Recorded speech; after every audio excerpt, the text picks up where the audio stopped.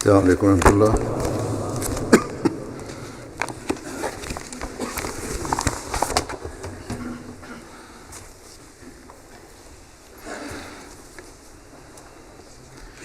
أشهد أن لا إله إلا الله وحده لا شريك له وأشهد أن محمدًا عبده ورسوله أما بعد فأعوذ بالله من الشيطان الرجيم بسم الله الرحمن الرحيم الحمد لله رب العالمين الرحمن الرحيم مالك يوم الدين إياك نعبد وإياك نستعين اهدنا الصراط المستقيم صراط الذين أنعمت عليهم غير المغضوب عليهم ولا الضالين۔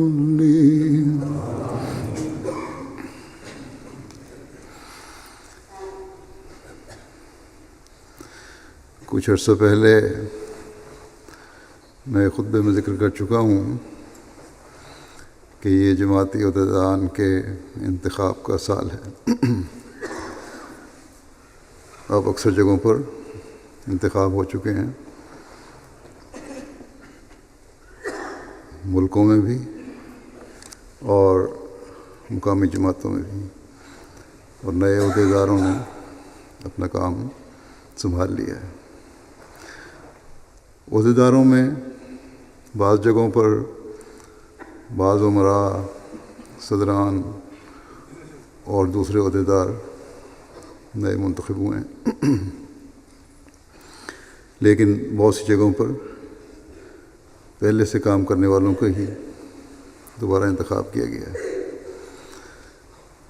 نئے آنے والوں کو بھی اللہ تعالیٰ کا جہاں شکر ادا کرنا چاہیے کہ انہیں اللہ تعالیٰ نے جماعت کی خدمت کے لیے چنا، وہاں عاجزی سے اللہ تعالیٰ کے حضور جھکتے ہوئے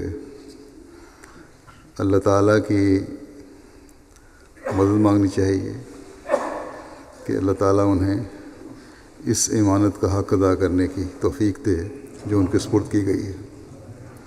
اسی طرح جو عہدیدار دوبارہ منتخب ہوئے ہیں وہ بھی جہاں اللہ تعالیٰ کا شکر ادا کریں کہ اللہ تعالیٰ نے انہیں دوبارہ خدمت کی توفیق دی، وہاں اللہ تعالیٰ سے یہ عاجزانہ دعا بھی مانگیں کہ اللہ تعالیٰ انہیں تمام تر صلاحیتوں کے ساتھ ان امانتوں کا حق ادا کرنے کی توفیق عطا فرمائے۔ اور گزشتہ عرصہ خدمت کے دوران ان سے جو کوتاہیاں، سستیاں اور غفلتیں ہو گئیں، جن کی وجہ سے ان کے سپرد کی گئی امانتوں کا حق ادا نہیں کیا گیا یا حق ادا نہیں ہو سکا، اللہ تعالیٰ اس سے ایک تو صرف نظر فرمائے اور پھر اپنا فضل فرماتے ہوئے جو آئندہ 3 سال کے لیے دوبارہ خدمت کا موقع اس نے عطا فرمایا ہے، اور جو امانتیں ان کے سپرد کی ہیں ان میں آئندہ سستیاں اور کوتاہیاں اور غفلتیں نہ ہوں، اور ان امانتوں کا حق ادا کرنے کی اللہ تعالیٰ توفیق عطا فرمائے۔ یاد رکھنا چاہیے کہ جماعتی خدمت کو کوئی معمولی خدمت نہیں سمجھنا چاہیے، سرسری طور پر نہیں لینا چاہیے۔ ہم میں سے ہر ایک نے، چاہے وہ عہدے دار ہے یا ایک عام احمدی ہے، اس نے یہ عہد کیا ہے کہ وہ دین کو دنیا پر مقدم کرے گا۔ اور جب ایک شخص دین کی خدمت یا بحیثیت عہدے دار کسی خدمت کے کرنے کو قبول کرتا ہے یا اس خدمت پر مأمور کیا جاتا ہے، تو اس پر دوسروں سے زیادہ بڑھ کر یہ ذمہ داری ہے کہ وہ اپنے عہد کو پورا کرے اور یاد رکھے کہ یہ عہد اس نے اللہ تعالیٰ سے کیا ہے، اور اللہ تعالیٰ نے اپنے عہدوں کو پورا کرنے کا کئی جگہ قرآن کریم میں ذکر فرمایا ہے۔ بس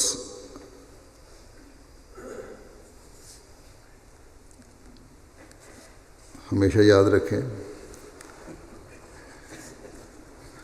اللہ تعالیٰ نے یہ بڑا واضح فرمایا ہے کہ تمہارے سپرد کی گئی امانتیں جن کو تم قبول کرتے ہو تمہارے عہد ہیں، بس اپنی امانتوں اور اپنے عہدوں کو پورا کرو۔ ایک جگہ اللہ تعالیٰ نے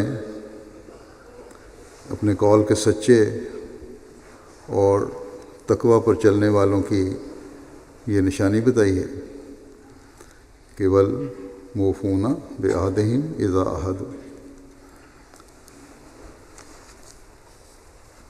یعنی اپنے عہد کو جب کوئی عہد کر لیں پورا کرنے والے۔ بس یہ ایک بنیادی امتیاز ہونا چاہیے خاص طور پر ان لوگوں کا جو جماعتی کاموں کی ذمہ داری سنبھالتے ہیں، کہ وہ ہمیشہ سچائی پر قائم رہتے ہوئے اور اپنے تقوی کے معیار کو بڑھاتے ہوئے اپنے کام سر انجام دیں۔ اگر ان کی سچائی کے معیار میں ذرا سا بھی جھول ہے، کمی ہے، اگر ان کے تقوی کے معیار ایک عام فرد جماعت کے لیے نمونہ نہیں، تو وہ اپنے عہد، اپنے عہدے، اپنی امانت کے حق کو ادا کرنے کی طرف توجہ نہیں دے رہے۔ بس عمراء، صدران سب سے پہلے اپنے نمونے قائم کریں، اپنی عاملہ کے سامنے بھی اور افراد جماعت کے سامنے بھی۔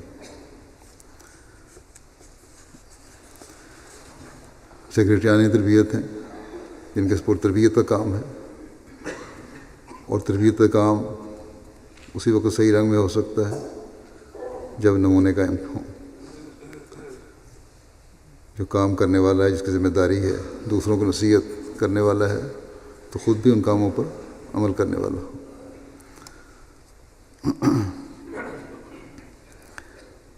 تو سیکریٹریان تربیت بھی اپنے نمونے قائم کریں افراد جماعت کے سامنے کہ جماعت کی تربیت کی ذمہ داری ان پر عائد ہوتی ہے۔ میں کئی موقعوں پر ذکر کر چکا ہوں کہ اگر شعبہ تربیت فعال ہو جائے تو بہت سی دوسرے شعبوں کے کام خود بخود ہو جاتے ہیں۔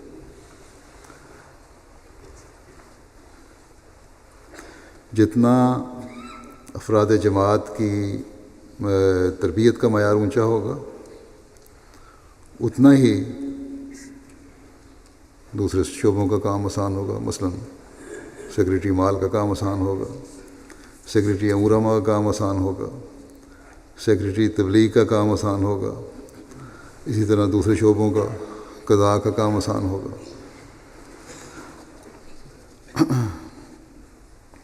میں اکثر عاملہ کی میٹنگ میں کہا کرتا ہوں مختلف جگہوں پر کہ تربیت کا کام پہلے اپنے گھر سے شروع کریں. اور یہ گھر صرف سیکرٹری تربیت کا گھر نہیں بلکہ عاملہ کے ہر ممبر کا گھر ہے. اور مجلس عاملہ سب سے بڑھ کر ہے کہ وہ اپنی تربیت کرے. امیر جماعت، صدر جماعت اور سیکرٹری تربیت کو سب سے پہلے جو بھی پروگرام بناتے ہیں اپنے عاملہ کو دیکھنا چاہیے کہ جو وہ ان پروگراموں پر عمل کر رہی ہے کہ نہیں. جو بنیادی احکام ہیں خدا تعالیٰ کے اور جو مقصد ہے انسان کی پیدائش کا، اسے عاملہ کے ممبران پورا کر رہے ہیں. اگر نہیں تو پھر تقویٰ نہیں. اللہ تعالیٰ کے حقوق میں سب سے بڑا حق عبادت کا ہے، اور اس کے لیے مردوں کو یہ حکم ہے کہ نماز کا قیام کرو. اور نمازوں کا قیام باجماعت نماز کی ادائیگی. بس عمراء، صدران، عہدیداران اپنی نمازوں کی حفاظت کر کے اس کے قیام اور باجماعت ادائیگی کی بھرپور کوشش کریں. تو جہاں اس سے ہماری مسجدیں آباد ہوں گی، نماز سینٹر آباد ہوں گے، وہاں وہ اللہ تعالیٰ کے فضلوں کو بھی حاصل کرنے والے ہوں گے اور اپنے عملی نمونے سے افراد جماعت کی بھی تربیت کرنے والے ہوں گے. اللہ تعالیٰ کے فضلوں کے وارث بھی ہوں گے، ان کے کاموں میں آسانیاں بھی پیدا ہوں گی. صرف باتیں کرنے والے نہیں ہوں گے، بس کام کرنے والے پہلے اپنے جائزے لیں. کس حد تک ان کے قول و فعل ایک. اللہ تعالیٰ فرماتا ہے کہ یا ایھا الذین آمنوا لما تقولون ما لا تفعلون، یعنی اے مومنو تم وہ باتیں کیوں کہتے ہو جو کرتے نہیں. حضرت مسیح علیہ الصلوۃ والسلام فرماتے ہیں کہ یہ آیت ہی بتلاتی ہے کہ دنیا میں کہہ کر خود نہ کرنے والے بھی موجود تھے اور ہیں اور ہوں گے. فرمایا کہ تم میری بات سن رکھو اور خوب یاد کر لو کہ انسان کی گفتگو سچے دل سے نہ ہو اور عملی طاقت اس میں نہ ہو تو وہ اثر پذیر نہیں ہوتی. پھر فرمایا یاد رکھو کہ صرف لفاظی اور لسانی کام نہیں آ سکتی جب تک عمل نہ ہو، اور باتیں عند اللہ کچھ بھی وقت نہیں رکھتی، اور باتیں عند اللہ کچھ بھی وقت نہیں رکھتی. عمل کے علاوہ اگر اور باتیں ہیں تو اللہ تعالیٰ کے نزدیک بھی کوئی اہمیت نہیں. بس حضرت مسیح علیہ الصلوۃ والسلام کے اس حکم کے مطابق حضرت مسیح علیہ السلام نے اللہ تعالیٰ کے اس حکم کے مطابق کھول کر بتایا کہ ہمارے عمل اور قول میں تضاد نہیں ہونا چاہیے. بس سب سے زیادہ اس بات کو سامنے رکھ کر اپنے جائزے لینے والے ہمارے عہدیدار ہونے چاہیے. جہاں فاصلے زیادہ ہیں یا چند گھر ہیں اور مسجد یا سینٹر کی سہولت موجود نہیں، وہاں گھروں میں نمازوں کا اہتمام ہو سکتا ہے، اور عملاً یہ مشکل نہیں ہے. بہت سے احمدی ہیں جو اس کی پابندی کرتے ہیں، ان کے پاس کوئی باقاعدہ خدمت بھی نہیں ہے، کسی عاملہ کے ممبر بھی نہیں ہیں، لیکن اپنے گھروں میں ارد گرد کے احمدیوں کو جمع کر کے نماز با جماعت کا اہتمام کرتے ہیں. بس اگر احساس ہو تو سب کچھ ہو سکتا ہے. اور ہمارے ہر عہدیدار میں نماز با جماعت کی ادائیگی کا احساس ہونا چاہیے، ورنہ امانتوں کا حق ادا کرنے والے نہیں ہوں گے. اسی قرآن کریم میں بار بار تلقین کی گئی ہے۔ بس ہمیشہ عہدے داران کو یہ بات سامنے رکھنی چاہیے کہ اللہ تعالیٰ نے حقیقی مومن کی نشانی ہی یہ بتائی ہے کہ وہ اپنی امانتوں اور اپنے عہدوں کا خیال رکھنے والے ہیں، ان کی نگرانی کرنے والے ہیں، یہ دیکھنے والے ہیں کہ کہیں ہمارے سپرد جو امانتیں کی گئی ہیں اور جو ہم نے خدمت کرنے کا عہد کیا ہے اس میں ہماری طرف سے کوئی کمی اور کوتاہی تو نہیں ہو رہی، کیونکہ یہ کوئی معمولی بات نہیں ہے۔ اللہ تعالیٰ نے قرآن کریم میں یہ بھی فرمایا ہے کہ ان العہد کان مسئولا، کہ ہر عہد کے متعلق ایک نہ ایک دن جواب طلبی ہوگی۔ یہ تو ایک بنیادی چیز ہے عبادت، اور یہی مقصد ہے انسان کی پیدائش کا، اور اس کا حق تو ادا ہم نے کرنا ہی ہے۔ اس میں سستی تو خاص طور پر عہدیداروں کی طرف سے بالکل نہیں ہونی چاہیے، بلکہ کسی بھی حقیقی مومن کی طرف سے نہیں ہونی چاہیے۔ اس کے علاوہ بھی بعض باتیں ہیں جن کا عہدیداروں کو خاص طور پر خیال رکھنا چاہیے، اور یہ باتیں لوگوں کے حقوق اور افراد جماعت کے ساتھ عہدیداروں کے رویوں سے تعلق رکھتے ہیں، اور اسی طرح یہ باتیں عہدیداروں کے عہدوں سے بھی تعلق رکھتے ہیں۔ کوئی عہدیدار افسر بننے کے تصور سے یا بنائے جانے کے تصور سے کسی خدمت پر مامور نہیں کیا جاتا، بلکہ اسلام میں تو عہدیدار کا تصور ہی بالکل مختلف ہے، اور حضرت صلی اللہ علیہ وسلم نے اس کو اس طرح بیان فرمایا ہے کہ قوم کا سردار قوم کا خادم ہوتا ہے۔ بس ایک عہدیدار کا لوگوں کے معاملے میں اپنی امانت کا حق ادا کرنا، اس کا قوم کا خادم بن کر رہنا ہے، اور یہ حالت اس وقت پیدا ہو سکتی ہے جب انسان میں قربانی کا مادہ، اس میں عاجزی اور انکساری ہو، اس کا صبر کا معیار دوسروں سے اونچا ہو۔ بعض دفعہ بعض باتیں بھی سننی پڑتی ہیں عہدیداروں کو، اگر سننی پڑیں تو سن لینی چاہیے۔ یہ جائزہ تو عہدیدار اپنا خود ہی لے سکتے ہیں کہ ان کا یہ برداشت کا پیمانہ کتنا اونچا ہے، کس حد تک ہے، اور عاجزی کی حالت ان کی کس حد تک ہے۔ بعض دفعہ ایسے عہدیداران کے معاملات بھی سامنے آ جاتے ہیں جن میں برداشت بالکل بھی نہیں ہوتی، اور اگر کوئی دوسرا بدتمیزی کر رہا ہے تو یہ بھی تو تکار شروع کر دیتے ہیں۔ اگر کوئی عام شخص بدتمیز ہے تو اسے تو کوئی فرق نہیں پڑتا،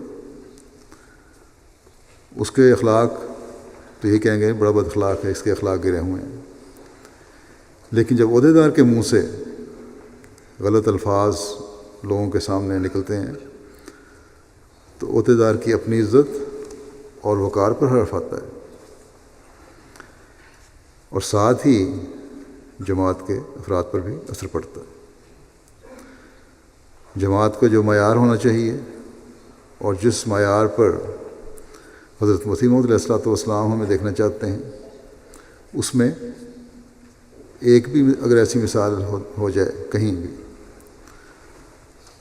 تو جماعت کی بدنامی کا موجب بنتی ہے اور بن سکتی ہے، اور یہ مثالیں بعض جگہوں پہ ملتی ہیں، مسجدوں میں بھی جھگڑے شروع ہو جاتے ہیں، اور بچوں اور نوجوانوں پر انتہائی برا اثر ڈالتی ہیں یہ باتیں۔ اللہ تعالیٰ ہم سے کیا چاہتا ہے اور قربانی کے اعلیٰ معیار قائم کرنے والوں کے اللہ تعالیٰ نے کس طرح ذکر فرمایا ہے۔ ایک جگہ فرمایا کہ وَيُؤْثِرُونَ عَلَىٰ أَنفُسِهِمْ، مومن یہ ہیں اپنے دینی بھائیوں کو اپنے نفسوں پر ترجیح دیتے ہیں۔ یہ انصار نے مسائل قائم کی مہاجرین کے لیے، اور یہی ایک نمونہ ہے ہمارے لیے۔ یہ نفسوں پر ترجیح دینا تو بڑی دور کی بات ہے اور بہت بڑی بات ہے۔ بعض دفعہ تو جو کسی کا حق ہے وہ بھی پوری طرح ادا نہیں کیا جاتا۔ لوگوں کے بعض معاملات ان کے پاس آتے ہیں، عہدیداروں کے پاس، یا مرکز میں رپورٹ بھجوانے کے لیے یا مرکز سے رپورٹ بھجوانے کے لیے بعض معاملات بھیجے جاتے ہیں، تو بڑی بے احتیاطی سے معاملے کی رپورٹ دی جاتی ہے، صحیح رنگ میں تحقیق نہیں کی جاتی اور رپورٹ بھجوائی جاتی ہے، یا معاملے کو اتنا لٹکا دیا جاتا ہے کہ اگر کسی ضرورت مند کی ضرورت پوری کرنے کے لیے کوئی درخواست ہے تو وقت پر ضرورت پوری نہ ہونے کی وجہ سے اس ضرورت مند کو نقصان ہو جاتا ہے یا تکلیف برداشت کرنی پڑتی ہے۔ بعض عہدیداران اپنی مصروفیت کا بھی عذر پیش کر دیتے ہیں، بعض کے پاس کوئی عذر نہیں ہوتا، صرف عدم توجہی ہوتی ہے۔ اگر ان کے اپنے معاملے ہوں یا کسی قریبی کے معاملے ہوں تو ترجیحات مختلف ہوتی ہیں۔ بس حقیقی خدمت کا جذبہ، قربانی کا جذبہ،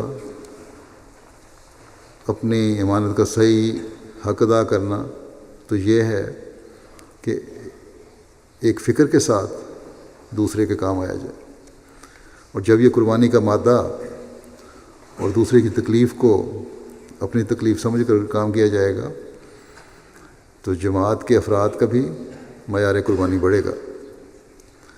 ایک دوسرے کے حق مارنے کے بجائے حق دینے کی طرف توجہ ہوگی۔ ہم غیروں کے سامنے یہ کہتے ہیں کہ دنیا میں امن تب قائم ہو سکتا ہے جب ہر سطح پر حق لینے اور حق غصب کرنے کے بجائے حق دینے اور قربانی کا جذبہ پیدا ہو، لیکن ہمارے اندر اگر یہ معیار نہیں تو ہم ایک ایسا کام کر رہے ہوں گے جو اللہ تعالیٰ کو ناپسند ہے۔ پھر ایک وصف جو خاص طور پر عہدیداروں کے اندر ہونا چاہیے وہ عاجزی ہے۔ اللہ تعالیٰ نے عباد الرحمن کی یہ نشانی بتائی ہے کہ یمشون علی الارض ہونا،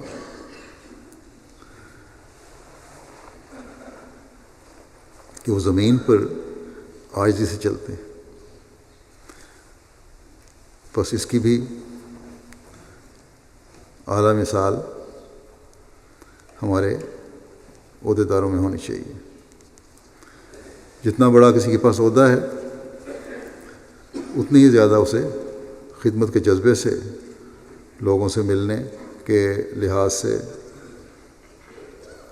عاجزی دکھانی چاہیے، اور یہی بڑا پن ہے۔ لوگ دیکھتے بھی ہیں اور محسوس بھی کرتے ہیں کہ عہدیداروں کے رویے کیا ہیں۔ بعض دفعہ لوگ مجھے لکھ بھی دیتے ہیں کہ فلاں عہدیدار کا رویہ ایسا تھا، لیکن آج مجھے بڑی خوشی ہوئی کہ اس عہدیدار نے مجھے نہ صرف سلام کیا بلکہ میرا حال بھی پوچھا اور بڑے خوش اخلاقی سے پیش آیا، اور اس کے رویے کو دیکھ کر خوشی ہوئی، اور اس سے اس عہدیدار کا بڑا پن ظاہر ہوا۔ بس اکثریت افراد جماعت کی تو ایسی ہے کہ وہ عہدیداروں کے پیار، نرمی اور شفقت کے سلوک سے ہی خوش ہو کر ہر قربانی کے لیے تیار ہو جاتے ہیں۔ اگر کسی عہدیدار کے دل میں اپنے عہدے کی وجہ سے کسی بھی قسم کی بڑائی پیدا ہوتی ہے یا تکبر پیدا ہوتا ہے تو اسے یاد رکھنا چاہیے کہ یہ چیز اللہ تعالیٰ سے دور کرتی ہے، اور جب خدا تعالیٰ سے انسان دور ہو جاتا ہے تو پھر کام میں برکت نہیں رہتی، اور دین کا کام تو ہے ہی خالصتاً خدا تعالیٰ کی رضا کے لیے، اور جب خدا تعالیٰ کی رضا ہی نہیں رہی تو پھر ایسا شخص جماعت کے لیے بجائے فائدے کے نقصان پہ مجھے بن جاتا ہے۔ بس ہمیشہ عہدیداروں کو خاص طور پر اس لحاظ سے اپنے جائزے لینے چاہیے کہ ان میں عاجزی ہے یا نہیں، اور ہے تو کس حد تک ہے۔ حضرت صلی اللہ علیہ وسلم نے فرمایا کہ جتنا زیادہ کوئی عاجزی اور خاکساری اختیار کرتا ہے اللہ تعالیٰ اتنا ہی اسے بلند مرتبہ عطا کرتا ہے۔ بس ہر عہدیدار کو یاد رکھنا چاہیے کہ اس کو اگر اللہ تعالیٰ نے جماعت کی خدمت کا موقع دیا ہے تو یہ اللہ تعالیٰ کا احسان ہے، اور اس احسان کی شکر گزاری اس میں مزید عاجزی اور انکساری کا پیدا ہونا ہے۔ اگر یہ عاجزی اور انکساری مزید پیدا نہیں ہوتی تو اللہ تعالیٰ کے احسان کا شکر ادا نہیں ہوتا۔ بسا اوقات دیکھنے میں آتا ہے کہ بعض لوگ عام حالات میں اگر ملیں تو بڑی عاجزی کا اظہار کرتے ہیں، لوگوں سے بھی صحیح طریقے سے مل رہے ہوتے ہیں، لیکن جب کسی کا اپنے ماتحت یا عام آدمی سے اختلاف رائے ہو جائے تو فوراً ان کی افسرانہ رگ جاگ جاتی ہے، اور بڑے عہدیدار ہونے کا زوم اپنے ماتحت کے ساتھ متکبرانہ رویے کا اظہار کروا دیتا ہے۔ بس عاجزی یہ نہیں کہ جب تک کوئی جی حضوری کرتا رہے، کسی نے اختلاف نہیں کیا، اس وقت تک عاجزی کا اظہار ہو، یہ بناوٹی عاجزی ہے۔ اصل حقیقت اس وقت کھلتی ہے جب اختلاف رائے ہو یا ماتحت مرضی کے خلاف بات کر دے، تو پھر انصاف پر قائم رہتے ہوئے اس رائے کا اچھی طرح جائزہ لے کر فیصلہ کیا جائے۔ بس اس عاجزی کے ساتھ بلند حوصلگی کا بھی اظہار ہوگا، تو جب یہ ہوگا تو یہ عاجزی حقیقی عاجزی کہلائے گی۔ ہمیشہ عہدیدار کو اللہ تعالیٰ کا یہ حکم سامنے رکھنا چاہیے کہ ولا تصعر خدک للناس ولا تمشی فی الارض مرحا،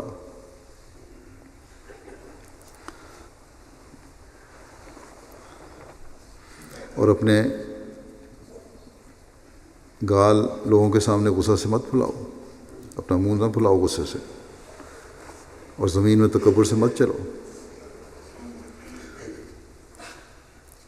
اختلاف رائے کی میں نے بات کی ہے تو اس بارے میں یہ بھی بتا دوں کہ قواعد بے شک امیر جماعت کو اجازت دیتے ہیں کہ بعض دفعہ وہ عاملہ کی رائے پر اپنی رائے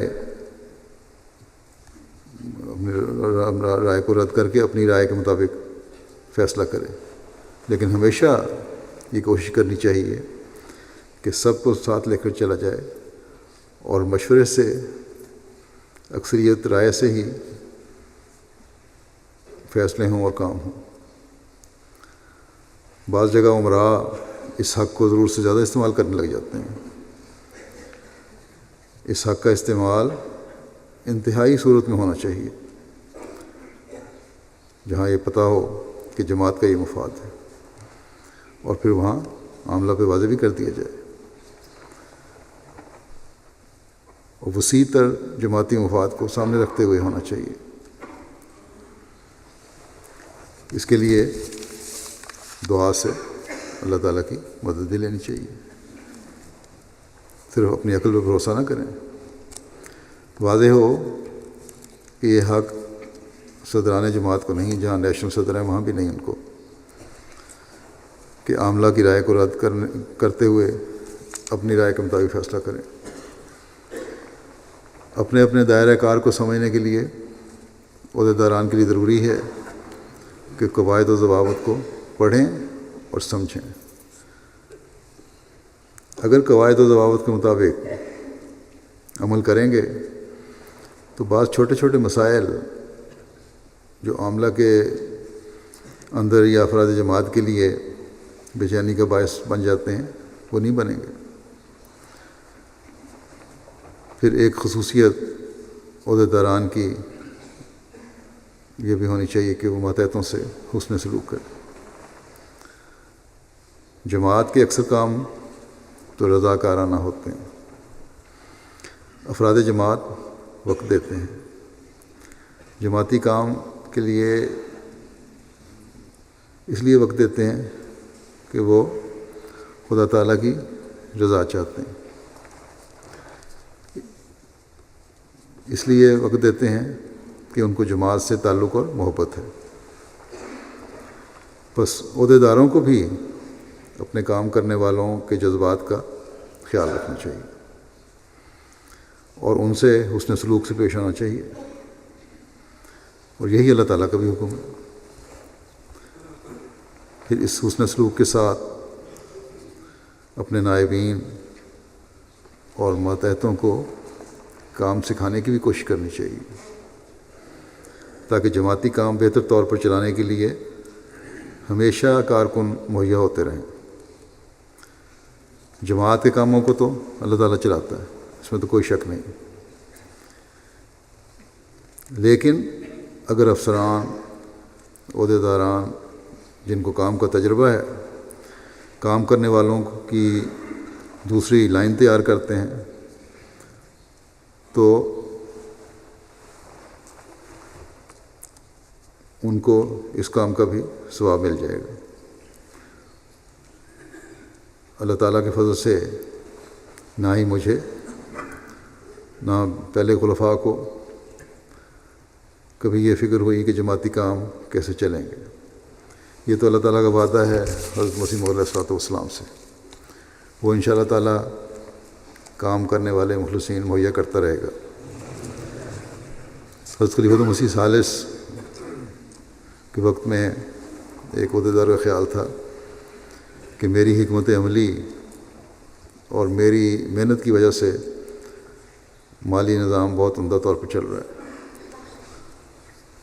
اس خلیفۃ ثانی کو ثالث کو جب یہ پتہ چلا تو آپ نے ایک ایسے شخص کو اس کام پر مقرر کر دیا، اس کو ہٹا کر، جس کو مال سے کی الف بے بھی نہیں پتہ تھی، لیکن کیونکہ اللہ تعالیٰ کا کام ہے اور خلیفہ وقت کے ساتھ اللہ تعالیٰ کا جو سلوک ہے، اس وجہ سے وہ نئے آنے والے افسر کو جس کو کچھ بھی نہیں پتہ تھا اس کے کام میں اتنی برکت پڑی کہ اس سے پہلے کبھی تصور بھی نہیں تھا.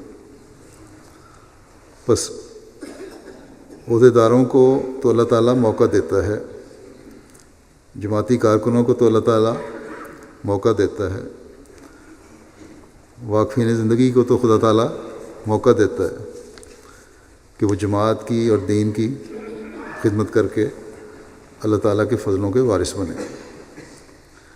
ورنہ کام تو خود اللہ تعالیٰ کر رہا ہے اور یہ اس کا وعدہ ہے. اس لیے کسی کے دل میں یہ خیال نہیں ہونا چاہیے کہ میرا تجربہ اور میرا علم جماعت کے کاموں کو چلا رہا ہے، یا میرا تجربہ اور علم جماعت کے کاموں کو چلا سکتا ہے. جماعت کے کاموں کو خدا تعالیٰ کا فضل چلا رہا ہے. ہماری بہت ساری کمزوریاں کمیاں ایسی ہیں، اگر دنیاوی کام ہو تو ان میں وہ برکت پڑ ہی نہیں سکتی، ان کے نتیجے وہ اچھے نکل ہی نہیں سکتے. لیکن اللہ تعالیٰ پردہ پوشی فرماتا ہے اور خود فرشتوں کے ذریعے سے مدد فرماتا ہے.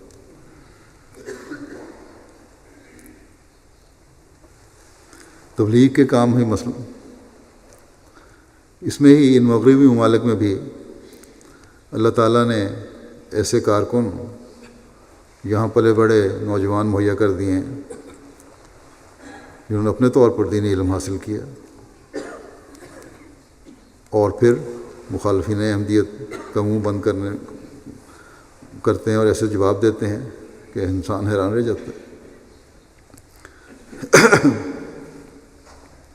اور پھر بہت سارے ایسے نوجوان ہیں ان کے اس طرح کے جوابوں سے مخالفین کو راہ فرار کے علاوہ کوئی راستہ نظر نہیں آتا۔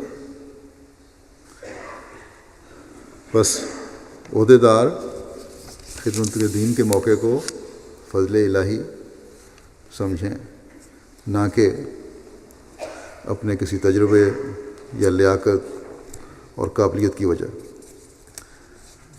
پھر ایک وصف عہدے داران میں جو ہونا چاہیے وہ بشاشت اور خوش اخلاقی سے پیش آنا ہے۔ اللہ تعالیٰ فرماتا ہے وَقُولُوا لِلنَّاسِ حُسْنًا، یعنی اور لوگوں کے ساتھ نرمی اور خوش اخلاقی سے پیش آؤ اور ان سے بات کیا کرو۔ بس یہ بھی ایک بنیادی خلق ہے جو عہدے داروں میں بہت زیادہ ہونا چاہیے، اپنے ماتحتوں سے، اپنے ساتھ کام کرنے والوں سے بھی جب بھی بات چیت کریں، اور اسی طرح دوسرے لوگوں سے بھی جب بات کریں تو اس بات کا خیال رکھیں کہ ان کے اعلیٰ اخلاق کا مظاہرہ ہونا چاہیے۔ سختی سے بات کرنا بعض دفعہ انتظامی معاملات کی وجہ سے ضرورت پڑ جاتی ہے، لیکن یہ ضرورت انتہائی قدم ہے،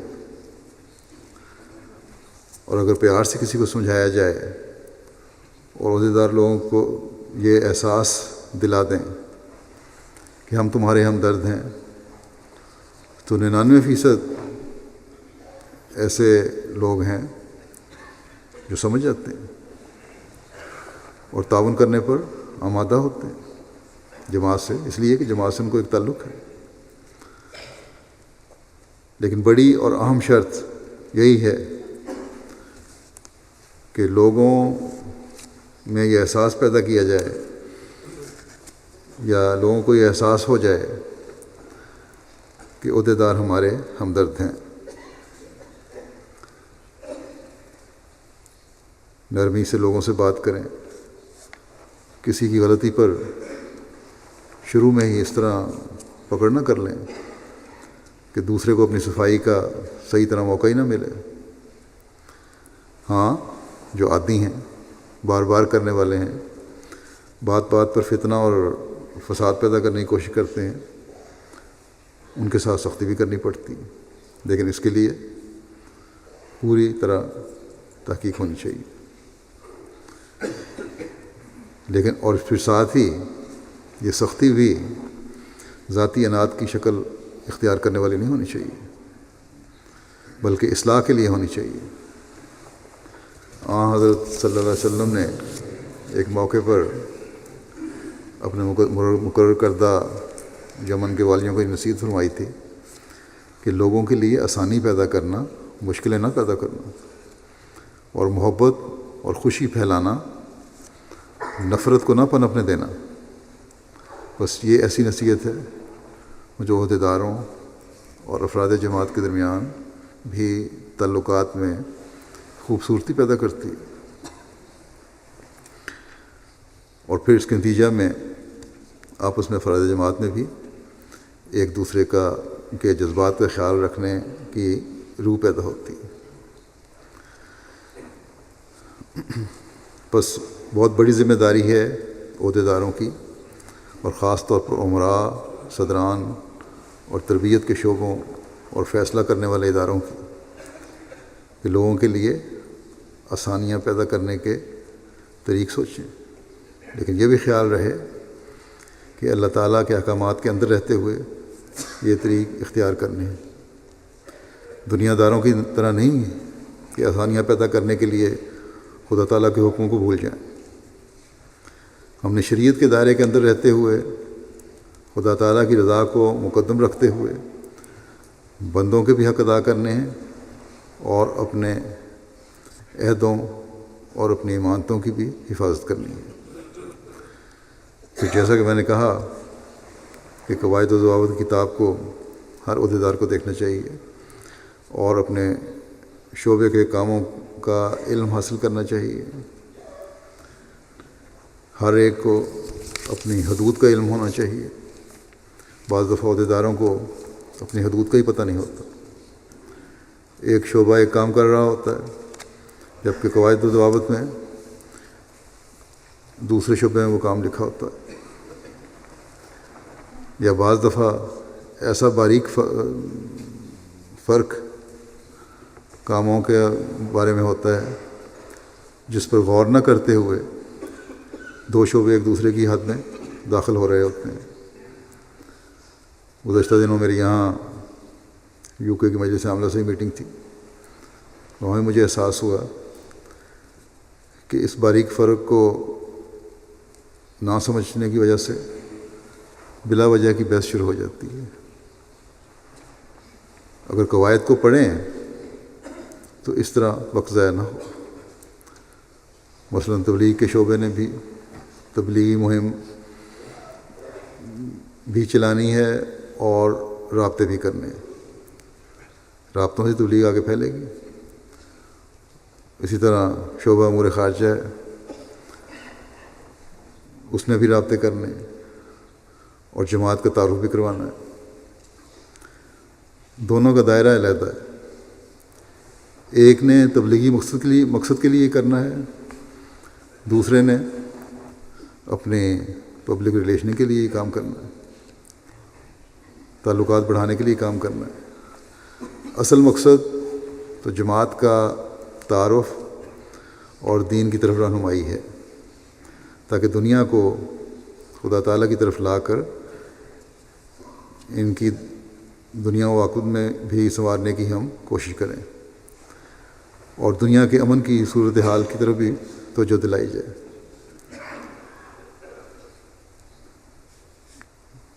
دنیاوی طور پر کوئی کریڈٹ لینا تو ہمارا مقصد نہیں ہے۔ اصل مقصد تو خدا تعالیٰ کو خوش کرنا اور اس کی رضا حاصل کرنا ہے۔ اگر شعبے آپس میں تعاون سے کام کریں تو نتیجہ کئی گنا بہتر نکل سکتا ہے۔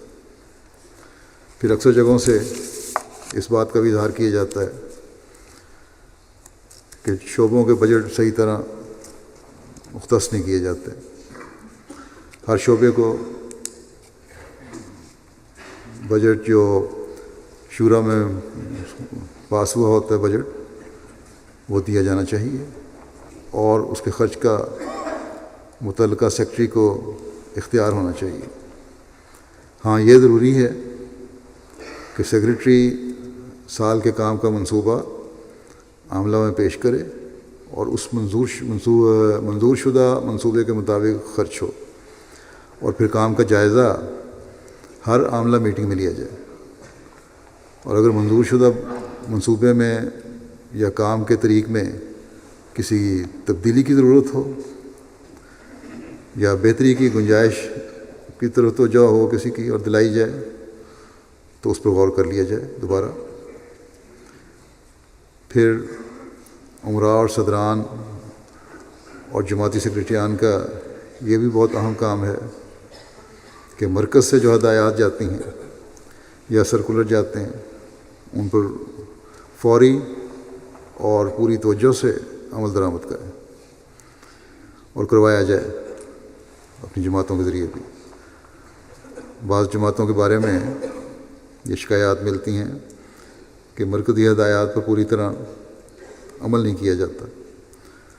اگر کسی ہدایت کے بارے میں کسی خاص ملک یا جماعت کو کچھ تحفظات ملکی حالات کی وجہ سے ہوں تو پھر بھی فوری طور پر مرکز سے رابطہ کر کے اس میں تبدیلی کرنے کی حالات کے مطابق درخواست کرنی چاہیے۔ اور یہ کام امیر جماعت اور صدر کا کام ہے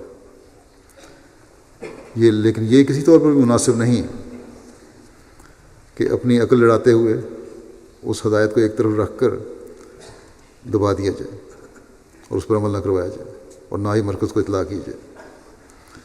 یہ حرکت کسی بھی امیر یا صدر جماعت کی جو ہے یہ مرکز گریز رویہ سمجھی جائے گی،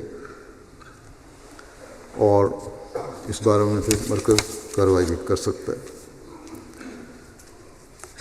موسیان کے بارے میں بھی میں یہ کہنا چاہتا ہوں کہ پہلی بات تو موسیان کو یہ یاد رکھنی چاہیے کہ اپنے چندے کی باقاعدہ ادائیگی اور اس کا حساب رکھنا ہر موسیق کی اپنی ذمہ داری ہے، لیکن مرکزی دفتر اور متعلقہ سیکریٹریان کا کام بھی ہے کہ ہر موسیقی کا حساب مکمل رکھیں اور جب ضرورت ہو انہیں یاد دہانی بھی کروائیں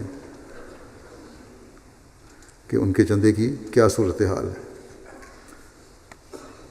ملکی جماعت کا کام ہے کہ مقامی جماعتوں کے سیکریٹریان کو فعال کریں اور ہر موسی ان کے رابطے میں ہو۔ بعض دفعہ دیکھنے میں آتا ہے کہ کسی معاملے میں کسی شخص کے بارے میں رپورٹ منگوائی جاتی ہے اور وہ شخص موسی ہوتا ہے، رپورٹ میں ذکر کر دیا جاتا ہے کہ اس نے اتنے عرصے سے وصیت کا چندہ نہیں دیا۔ جب پوچھا جائے کہ وصیت کا چندہ نہیں دیا تو وصیت کس طرح قائم ہے، تو پھر تحقیق کرنے پر پتہ چلتا ہے کہ موسی کا قصور نہیں تھا، اس نے چندہ تو دیا تھا، ریکارڈ رکھنے والوں نے، دفتر نے صحیح ریکارڈ نہیں رکھا۔ ایک تو ایسی رپورٹ بلا وجہ موسی کو پریشان کرنے کا موجب بنتی ہے، دوسرے جماعتی نظام کی کمزوری کا بھی برا اثر پڑتا ہے۔ اب تو ٹھوس حسابات کا انتظام ہو چکا ہے، بڑا سسٹمیٹک طریقہ ہے، کمپیوٹر ہے، سب کچھ ہے۔ ایسی غلطی ہونی نہیں چاہیے۔ ہر ملک کے سیکریٹریان وصایا اور سیکریٹریان مال اپنے ملک کی ہر جماعت کے متعلقہ سیکریٹریان کو فعال کریں، اور امرائے جماعت کا بھی یہ کام ہے کہ اس کا وقتاً فوقتاً جائزہ لیتے رہا کریں۔ صرف چندہ جمع کرنا اور اس کی رپورٹ کرنا ان کا کام نہیں، بلکہ اس نظام کو قابل اعتماد بنانا اور مرکز اور مقامی جماعتی نظام میں مضبوط ربط پیدا کرنا بھی امراء کا کام ہے۔ اسی طرح ایک بات میں مبلغین اور مربیان کے حوالے سے بھی کہنا چاہتا ہوں۔ بعض جگہ مربیان مبلغین کی باقاعدہ ہر ماہ میٹنگ نہیں ہوتی۔ مبلغ انچارج اس بات کے ذمہ دار ہیں کہ یہ میٹنگز باقاعدہ ہوں، جماعتی، تربیتی اور تبلیغی کاموں کا بھی جائزہ ہو، جو بہتر کام کسی نے کیا ہے اس کے بارے میں تبادلہ خیال ہو، اور طریقہ کار سے اس بہتر کام کے جو طریقہ کار اپنایا گیا تھا کسی کی طرف سے، اس سے دوسرے بھی فائدہ اٹھانے کی کوشش کریں۔ اسی طرح جو جماعتی سیکریٹریان جماعتوں کو ہدایت دیتے ہیں یا مرکز کی ہدایت پر جماعتوں کو ہدایت بھجوائی جاتی ہے، اس بارے میں بھی رپورٹ دیں۔ مربیان یہ بھی دیکھا کریں کہ ہر جماعت میں اس سلسلے میں کتنا کام ہوا ہے، اور جہاں سیکریٹریان فعال نہیں ہیں، خاص طور پر تبلیغ اور تربیت اور مالی قربانی کے معاملے میں، وہاں مربیان و مبلغین انہیں توجہ دلائیں۔ اللہ تعالیٰ تمام عہدیداروں کو توفیق دے کہ ان کو اللہ تعالیٰ نے جو آئندہ 3 سال کے لیے خدمت کا موقع دیا ہے، اس میں وہ زیادہ سے زیادہ کام اپنی تمام تر صلاحیتوں کے ساتھ سر انجام دے سکیں، اور اپنے ہر کال و فیل سے جماعت میں نمونہ بننے والے ہوں۔ نماز کے بعد میں ایک جنازہ بھی پڑھاؤں گا، غائب جنازہ ہے، جو محترمہ طاہرہ صدیقہ صاحبہ اہلیہ مکرم صاحبزادہ مرزا منیر احمد صاحب کا ہے۔ 13 جولائی 2016 کو شام 6 بجے ان کی وفات ہوئی تھی. انا للہ و انا الیہ راجعون. آپ حضرت نواب عبداللہ خان صاحب اور نواب عبدالحفیظ بیگم صاحبہ کے یہاں پیدا ہوئیں. حضرت نواب محمد علی خان صاحب کی پوتی تھیں. حضرت مسیح موعود علیہ الصلوۃ والسلام کی نواسی تھیں. حضرت مرزا بشیر احمد صاحب کی بہو تھیں. اللہ تعالیٰ کے فضل سے موسیہ تھیں. 95 سال اپنے عمر پائی. قادیان میں ابتدائی تعلیم میٹرک تک حاصل کی. حضرت اماں جان رضی اللہ عنہا نے انہیں اپنی بیٹی بنایا ہوا تھا اور بڑا خاص پیار محبت اور شفقت کا سلوک تھا ان کے ساتھ. جیلوں میں گرم صاحب مرزا منیر احمد صاحب کے ساتھ نہیں. ان کی مرزا منیر احمد صاحب کی یہ چپ بورڈ فیکٹری تھی جو چند ماہ پہلے جلائی گئی تھی. تو وہاں یہ صدر لجنہ کی خدمات بھی بجا لاتی رہیں. پھر 1974 کے جو فساد ہوئے جیلم کی جماعت کا بہت بڑا حصہ یہاں چپ بورڈ فیکٹری میں جمع ہو گیا تھا اور ان مرحومہ نے افراد جماعت کی وہاں بڑے اچھے رنگ میں مہمان نوازی بھی کی. ان دنوں میں آپ کی ایک صاحبزادی ہیں امت الرشید بیگم جو گرم مرزا انس احمد صاحب جو اصلی حضرت مسیح ثالث کے بیٹے ہیں ان کی بیوی ہیں. اور ایک بیٹے مرزا نصیر احمد صاحب یہ امیر جماعت رہے ہیں جیلم کے. ابھی تک تھے جب ان کی فیکٹری گئی تو وہاں سے جیلم چھوڑنا پڑا. اسی طرح مرزا سفیر احمد مفتی رافع کے داماد ہیں. یہ بھی ان کے بیٹے تھے. مرحومہ بہت خوش اخلاق ہنسمکھ اور ملنسار تھیں. صابر اور شاکر، دعا گو، تہجد گزار، عبادت میں شغف رکھنے والی خاتون تھیں. خلافت کے ساتھ بڑا گہرا تعلق تھا. مالی تحریکات میں بڑھ چڑھ کر حصہ لینے والی تھیں. مہمان نوازی بھی ان کا وصف تھا. نظام جماعت اور سلسلے کی بہت غیرت رکھنے والی خاتون تھیں. نظام خلافت کے کوئی بھی بات برداشت نہیں تھی اس کے خلاف. اگر کوئی نظام کے خلاف بات کرتا خلافت کے خلاف تو فوراً روک دیتی. حضرت اماں جان نے جیسا کہ میں نے کہا ان کو بیٹی بنایا ہوا تھا. بہت سارا جہیز کا سامان حضرت اماں جان نے اپنا ذاتی سامان ان کو دے دیا تھا جس پہ حضرت اماں جان کا نام بھی لکھا ہوا ہے. اللہ تعالیٰ مرحومہ کے درجات بلند فرمائے، مغفرت کا سلوک فرمائے، رحم کا سلوک فرمائے اور ان کی اولاد کو بھی ان کی نیکیوں پر چلنے کی توفیق عطا فرمائے اور خلافت سے ہمیشہ وابستہ رکھے.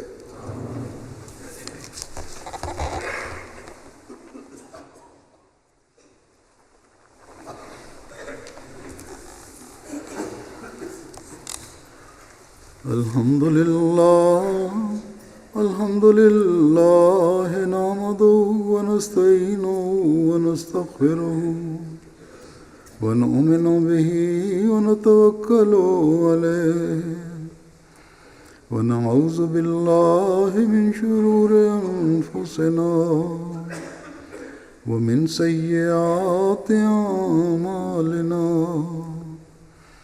من يهده الله فلا مضل له ومن يضلل فلا هادي له. ونشهد أن لا إله إلا الله ونشهد أن محمدا عبده ورسوله.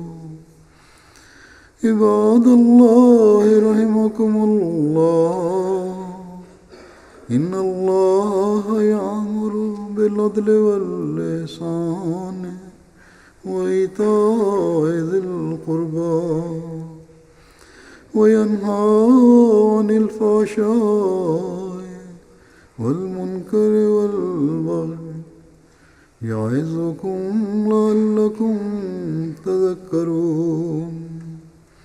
اذكروا الله يذكركم وادعوه يستجب لكم ولذكر الله أكبر.